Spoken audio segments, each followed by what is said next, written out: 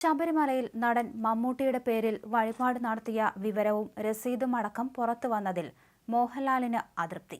തീർത്തും വ്യക്തിപരമായി ചെയ്ത കാര്യം പൊതുസമൂഹത്തിൽ ചർച്ചയായതാണ് ഇതിന് കാരണം. മമ്മൂട്ടിയുടെ അസുഖം സ്ഥിരീകരിക്കാൻ വേണ്ടിയാണ് മോഹൻലാൽ പൂജ നടത്തിയതെന്ന വാദം പോലും സോഷ്യൽ മീഡിയയിൽ ഉയർന്നു. എന്നാൽ ആരും അറിയാതെ തന്റെ ജ്യേഷ്ഠ സഹോദരന് വേണ്ടിയുള്ള പ്രാർത്ഥനയായിരുന്നു ലാൽ ആ വഴിപാടിൽ ഉദ്ദേശിച്ചത്. എന്നാൽ തിരുവിതാംകൂർ ദേവസ്വം ബോർഡിൽ നിന്നും രസീത് അടക്കം പുറത്തേക്ക് പോയി. അതിൽ അതൃപ്തനാണ് മോഹൻലാൽ. മുൻകൂട്ടി ദേവസ്വം ബോർഡിന് സൂചനകൾ നൽകിയാണ് മോഹൻലാൽ ശബരിമലയിലേക്ക് വന്നത്. രാത്രിയിൽ പുഷ്പാഭിഷേകം നടത്താനും ആലോചനയുണ്ടായിരുന്നു. ഇതെല്ലാം ദേവസ്വത്തെയും ബന്ധപ്പെട്ടവർ അറിയിച്ചു. മലയിറങ്ങാനുള്ള ആഗ്രഹത്തിൽ നിന്നും മോഹൻലാലിനെ പിന്നോട്ട് വലിച്ചത് വഴിപാട് രസീത് പുറത്തു വന്നതുകൊണ്ടാണെന്നാണ് സൂചന. രസീത് പുറത്തു വന്നതിൽ ദേവസ്വം ബോർഡിന് ജാഗ്രത കുറവുണ്ടായി എന്നാണ് വിലയിരുത്തൽ.